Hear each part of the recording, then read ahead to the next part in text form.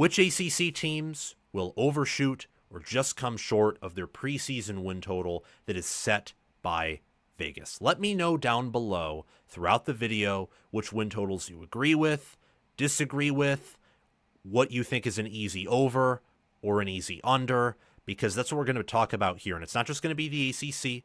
We're also talking about Notre Dame too. So not just the 17 ACC members in football, but Notre Dame as well included to make it 18, make it a nice even number.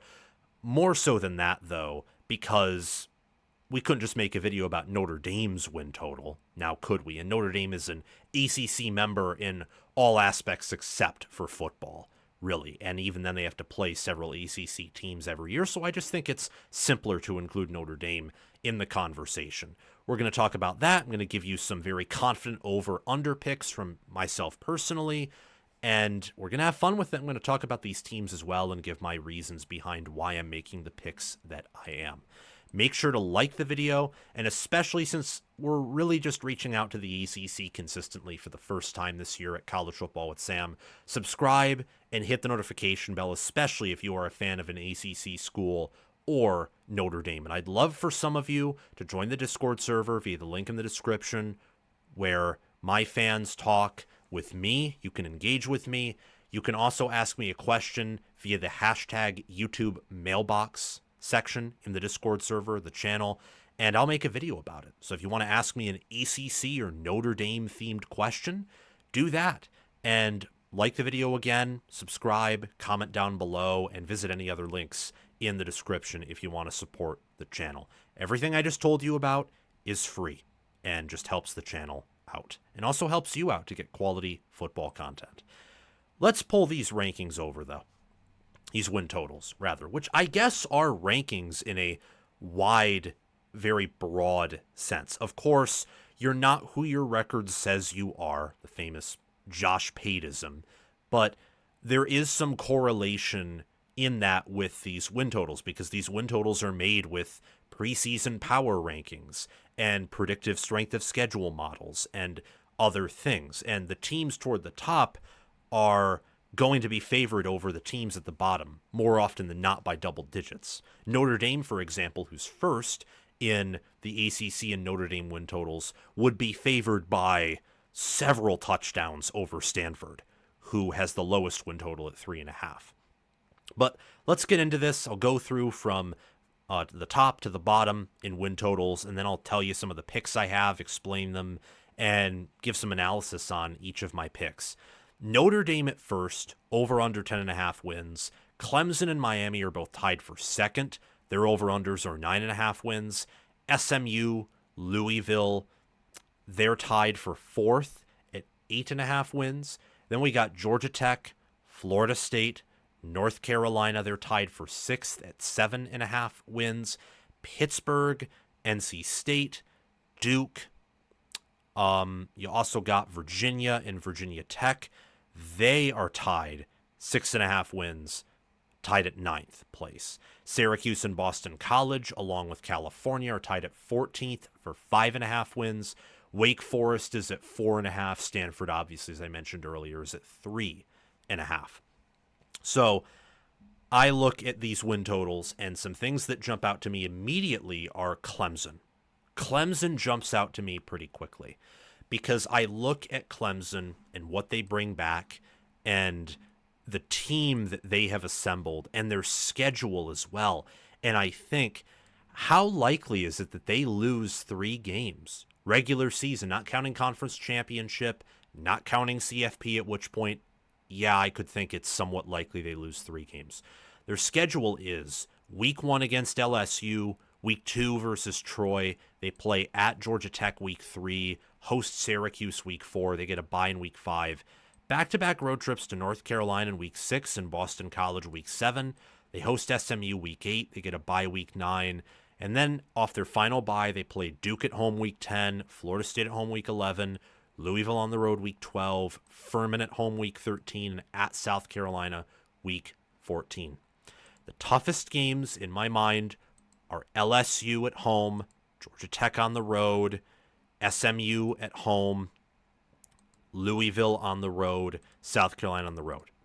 the 5 toughest games. And really, I would say maybe you want to include North Carolina, for example, or maybe Florida State, since it's a rivalry game and Florida State should also get better. You probably have 6 wins automatically built in, and then you're not going to lose all of your tough games because you are a better team than every team you will be facing in the regular season if you're Clemson. I mean, you will be better than LSU. You will be better than Georgia Tech. You will be better than North Carolina, especially better than Florida State. I think you will be better than rival South Carolina, and you will be better than SMU.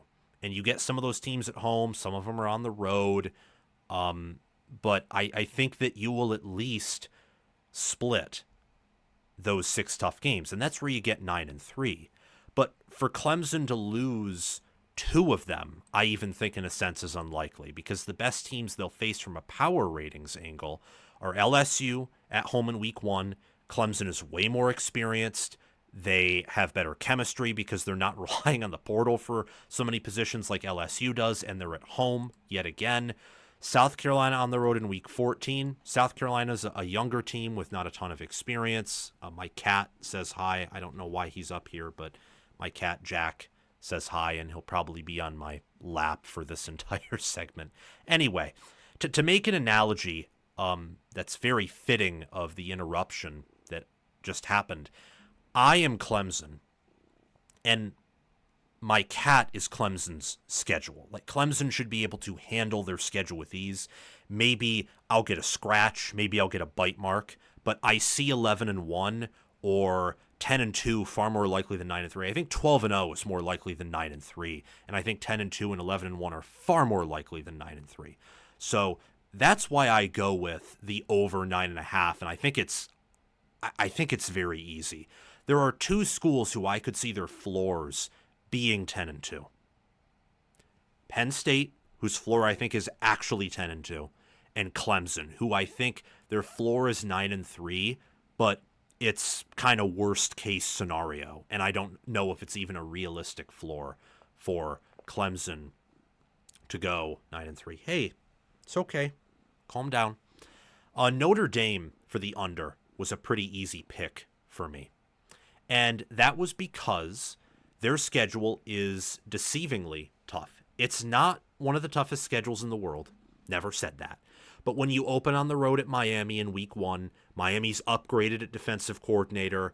They have a veteran QB who is coming off an injury, yes, but Notre Dame's quarterback's also coming off of an injury, and they're replacing their DC, Al Golden, with Chris Ash, who I think is a very clear downgrade. So Notre Dame, changing identity a little bit at QB, going from Riley Leonard, who struggled as a thrower and was a really good scrambler, had excellent pocket presence, to a redshirt freshman in CJ Carr, who will probably be a better thrower, but struggle with pocket presence and definitely mobility compared to Leonard. Mobility for the rest of his career will be inferior to Leonard's, I believe, because Leonard was just that mobile and that much of an athlete. Pocket presence we'll see, but Leonard was elite in pocket presence last year with Notre Dame and also with Duke. Really fun quarterback to watch, absolute trooper, absolute dog. We'll see if that continues. And then you look at the losses Notre Dame incurred. You know, they lost Xavier Watts, really the heart of their defense. And they went through injuries on the O-line and injuries at the D-line. They lost a lot in the trenches. So even though they had some players step up there and replace either outgoing transfers or former starters, I just think they are losing some production there. They did bring in Malachi Fields, and I am far less confident in the Notre Dame under than the Clemson over.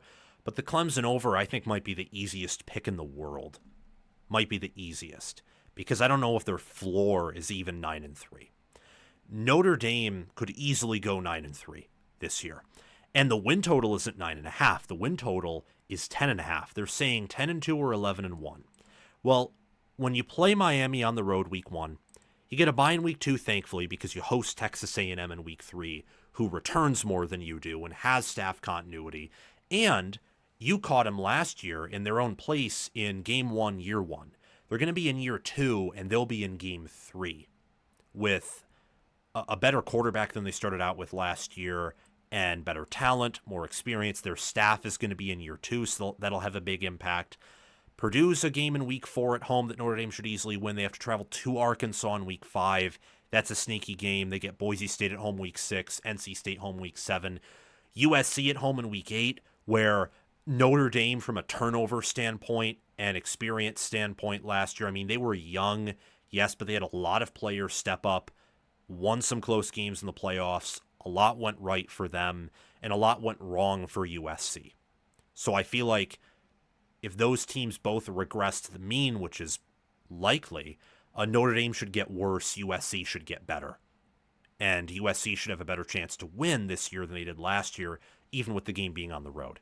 Week 9, you get a bye. Week 10, road trip to Boston College. Week 11, home against Navy. That'll be a blowout like always. Week 12 against Pitt. Pitt has good linebackers. They'll take advantage of turnovers and a young QB. Week 13, host Syracuse. Week 14, travel to Stanford. Should be a blowout. I'm not saying Notre Dame will win only 8 or 7 games. That's not what I'm saying here. Like, Freeman is too good of a coach with too good of a culture, staff, and talent base to do that. What I am saying is they could go 9-3, and even if they go 10-2, that's still under on the win total. And I think 10-2 is more likely than 11-1, and I think 9-3 is far more likely than 12-0 with this Notre Dame team. If they go 12-0 again, I will eat my words, and they can go 12-0. But I think 9-3 and 10-2 both are much more likely than 12-0, and 10-2 is more likely than 11-1. So that, combined with the change of identity and type at quarterback and a downgrade at DC, makes me confident in that. I'm also confident in Georgia Tech going over their 7.5 win total, and California going under. The logic behind California is just that they got gutted in the portal. Lost all their best players. Justin Wilcox is now directly reporting to Ron Rivera, the general manager. It just seems chaotic. And they have to travel to Oregon State, San Diego State, Boston College, Virginia Tech, Louisville. That's a lot of traveling. A lot of traveling. Now, they only get 3 road games, which is helpful. But, again, it's a lot of traveling, and at times that I think are inconvenient. For example, traveling to Virginia Tech and then traveling to Louisville 2 weeks later, you get Virginia sandwiched in between and then North Carolina off the bye before Virginia Tech. You could go 0-4 there. You could also go 2-2, but you could go 0-4. And then traveling to San Diego State and then Boston College back-to-back, you're going to Southern California, and then you're going to Massachusetts. Wow. And it's not like home games against SMU or Minnesota are going to be easy. Duke, North Carolina, and even Virginia may not be easy with how much California lost. I think California, at best, could go bowling, but I think 5 or 4 wins is more likely than 6 at this point. For Georgia Tech, if Haynes King is healthy, this team should win 9 games, potentially 10. They get Colorado, Wake Forest, Duke, NC State, and Boston College on the road. They will be favored over all of those teams minus maybe Duke and NC State. And I know they're favored over Colorado. Very short line, but they're favored there. And then their home stretch, Gardner-Webb, Clemson, Temple, Virginia Tech, Syracuse, Pittsburgh, Georgia. 5 of those games should be gimmies, and between Georgia and Clemson, with how much Georgia loses, with how Clemson struggled against the run, and the fact that Georgia Tech returns over 60% of their production, a quarterback in Haynes King, who was top 10 in QBR last year, a running back in Jamal Haynes behind a great offensive line that brings back Keelan Rutledge, and the fact that they brought in 2 good portal receivers, a great portal D tackle in Akello Stone to pair with Jordan Vandenberg, who is one of my favorite ACC tackles. Georgia Tech should win more than 7 games. I mean, they should go 8-4. They went 6-6 in Key's first year as the full-time head coach, not interim. Then went 7-5 regular season. This year, I think 8-4 is likely. And they don't have Notre Dame. They don't play Notre Dame and Georgia. I know they play Clemson, but they played Notre Dame neutral field, and then they played Georgia on the road. They get Georgia neutral field and Clemson at home, and Clemson early. And I think you'd prefer to get Clemson early because Tom Allen's in his first year. And since Tom Allen is an upgrade over Wes Goodwin, I think the longer they have Allen there with that defense, the better the defense will get as the season goes on, especially since Clemson's deep and they can lose some guys and afford to lose them and not have much of a drop-off. So Georgia Tech, I think, is an easy overplay. Some other plays that I'm confident in, but are certainly tougher. The over for Miami. I think that Miami is, in terms of just raw talent and development, I'm pretty sure Miami's the deepest ACC team. They just do not have the amount of X-factor players that Clemson does. Miami is the best setup in the ACC moving forward. If you include Notre Dame, I think they're kind of in the same tier. I'd go with Notre Dame for coaching and culture. I'd go Miami for recruiting all day, especially with the new rules. Clemson, as we've already talked about, for the here and now, I think is the best. And I think the best by a comfortable margin. But for the following seasons, I would say Miami's the best. And you're already seeing flashes of it now. Sure, they brought in a transfer portal QB. Sure. They brought in a transfer portal running back, but he's going to be the third string guy. They brought in a transfer center in James Brockermeyer, but they returned Inez Cooper. They returned Francis Mauigoa, Markel Bell, Matthew McCoy, someone who's ready to step up at guard. So most of their guards still recruited and developed from high school. Josiah Trader is someone who's out of high school. They brought in transfers C.J. Daniels and Tony Johnson, Elijah Lofton, someone who was on their roster last year. Same with Reuben Bain Jr., Justin Scott, Ahmad Moten, David Blay is an incoming transfer. Akeem Mesidor was on their roster last year. Same with Malik Bryant and Armando Blount. Wesley Besaint was on their roster last year. Same with Raul Aguirre Jr. Brought in transfer Mohamed Touré. Jacoby Thomas, Zechariah Poyser at safety are transfers. Same with Charles Brantley and Xavier Lucas, though they do return the talented O.J. Frederic. Their only position group that's relying mostly on transfers is the secondary. I mean, they're kind of doing, in my mind, what Oregon did entering last year, where they loaded up on some portal talent. An offensive lineman for Miami, I think it was 2 for Oregon entering 2023, or maybe just 1. Got a transfer QB, got a lot of transfers in the secondary, and a transfer D tackle for Miami, though Oregon got 2. They honestly, last year's Oregon, this year's Miami, I think those teams are going to be very similar. And I think that's not just the case in terms of roster build. I think it's in the case that they will probably win some games that are a little bit too close for comfort, much like they did last year. But with a superior defensive coordinator, with a veteran in Carson Beck, with an offensive line that I think is just going to continue to have its floor be raised year over year over year, with O-line coach Alex Mirabal, and the fact that Cristobal doesn't have the roster he wants yet. Miami is still leveling up their talent. I think that the days of Miami going 6-6 and 7-5 are over, especially since every program outside of maybe SMU, and that's more future looking, not present looking, every program the ACC added in the here and now is inferior to Miami. So that gives more teams that are under. That gives Miami more teams on their schedule that they are usually under every year. A stark contrast, for example, to Kentucky in the SEC. I know Kentucky isn't Miami's program, but the comparison there is Kentucky gets pushed down the hierarchy, gets pushed down with Texas and Oklahoma joining. Miami stays the same or gets pushed up with SMU, Cal, and Stanford joining. And their average wins per season, of course, are going to be pushed up as well because they're going to be facing some of those teams, multiple or at least one of them probably, every year. They have an early game against Notre Dame.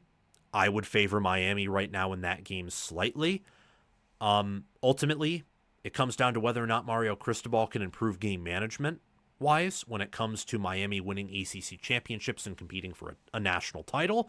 But he could break through at some point, and 8.5 wins was their win total, I think, a week or so ago. That was an easy over. 9.5 is a little bit more difficult, but I'm pretty confident Miami goes 10-2, at least. 11-1 may not be more likely than 9-3. I'll have to think about that more, but I think 10-2 is more likely than 9-3. And I would say that 11-1 is more likely than 8-4, and that 12-0 is more likely than 7-5. So it's a confident over for me. Louisville and SMU and Duke are confident overs for me as well. SMU and Louisville, I think, will at least get 9 wins. I'm more confident on Louisville than SMU because SMU plays a tougher non-conference slate, facing Baylor, facing TCU. Louisville faces Kentucky and a bunch of scrubs. Duke, I'm confident in their over because it's 6.5. If it were 7.5, I'd probably tell you to stay away. Duke returns studs on defense like Terry Moore and Chandler Rivers, and I think Darian Mensah is criminally underrated. And they could get Illinois non-conference. They could get Tulane on the road. And their road games outside of Clemson I don't think are very tough. As for Louisville and SMU, I have a lot of faith in their head coaches, and I have a lot of faith in their recruiting schemes. For Louisville, it's more the portal. SMU, it's more of high school. I think that SMU and Louisville, I think there's a good chance that between the two of them, they get 1 or 2 wins over Clemson and Miami. And both of them play Clemson and Miami. So combining their records against Clemson and Miami, you could see a 500 record between the two schools against those. And heck, with how Clemson disappointed a bit last year against Louisville, how SMU almost beat them. And look, Louisville's high 50s in returning production, but with the portal and how Brahms worked it, if they hit there again, that may not be a problem. And SMU returns just over 60% of their 2024 production. So there's a world where they win 3 out of 4 of those games, which would be completely bananas, and at that point would eliminate, in my mind, the ACC from winning it all. Possibly. But then again, Clemson could afford to lose to one of those teams and still win it all. They lost to Pitt in 2016 on their way to winning a title. I just like their staffs, I like their culture, and I like their QBs. Miller Moss is a perfect fit at Louisville, and Kevin Jennings is a great player at SMU. And they have players on defense. SMU has really good safeties, really good trench play on the D-line. Louisville has good trench play and a really good wide receiver core and some linebackers. I think Florida State's going under. I see 6-6 or 7-5. And Virginia Tech, last year was their year. They got pillaged in the portal. They do have some nice seasons, but or some nice players is what I meant. Some nice seasons in the past, of course, but that's long and gone. I think Virginia Tech is more likely to have a losing record than to even go 6-6. So the fact their win total 6.5 and not 5.5 tells me I think they are going to go under. I'm confident in that. I'd stay away from North Carolina, Pittsburgh, NC State, Wake, Virginia, Syracuse, Boston College. Wake is in there twice for whatever reason, but I have Wake going 4-8. So maybe that combined with the new staff and my liking of Jake Dickert, yeah, they should be around their win total. So stay away from it. And then Stanford, I'd stay away from too, just because it's a pain in the butt to travel out that way. Who knows? Maybe they go 4-8. If I am wrong in any of these win totals, it's going to be Pittsburgh 6.5 when they won 7 regular season games last year, and they're at plus odds, so they're being picked to kind of go 6-6. It may be an obvious overplay, or at least one you should be confident in. They should beat West Virginia on the road, and Duquesne and Central Michigan should be automatic wins. There's 3. They get Louisville off the bye in week 5, and Pittsburgh, it's not a tough place to play, but it can be boring, and it's an easy trap game because it's boring and empty. And Narduzzi's a competent enough coach to, I think, utilize the bye to his advantage, and Louisville plays Bowling Green before Pittsburgh, and Pittsburgh hosts Louisville. They get Boston College at home week 6, travel to Florida State week 7. I don't think Florida State's better than Pittsburgh. They play Syracuse in week 8. In the back-to-back road games, you probably lose one of them, and Louisville could easily be a loss. NC State at home week 9. Stanford on the road week 10. Pitt's better than Stanford. Just depends on whether or not they can, face the travel. They get Notre Dame at home off the bye week 12. Georgia Tech on the road week 13. Miami at home week 14. Every single one of these games is winnable. Now, Notre Dame and Miami are way better than Pittsburgh. So let's just peg those as losses. Well, that's 2. Let's say Georgia Tech is an L. On the road, Tech's pretty good. They're better than Pitt. 9-3 at best.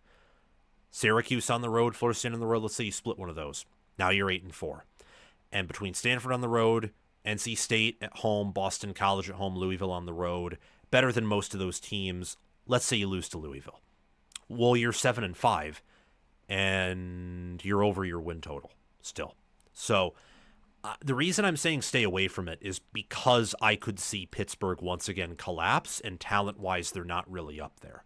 They're pretty inconsistent too. But maybe it's an obvious overplay.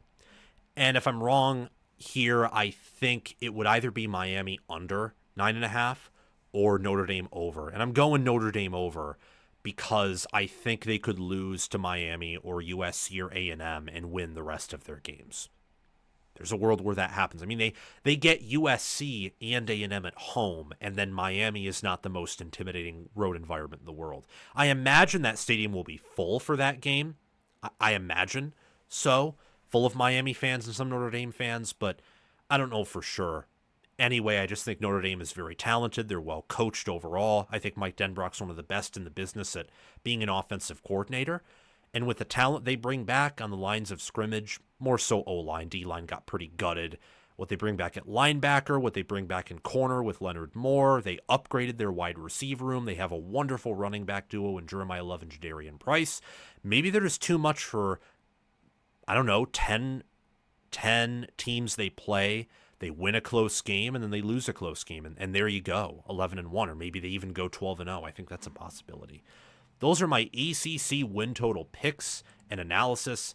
Thank you for watching. Please subscribe, like, hit the bell, and comment your thoughts down below. I will see you all soon in the next segment.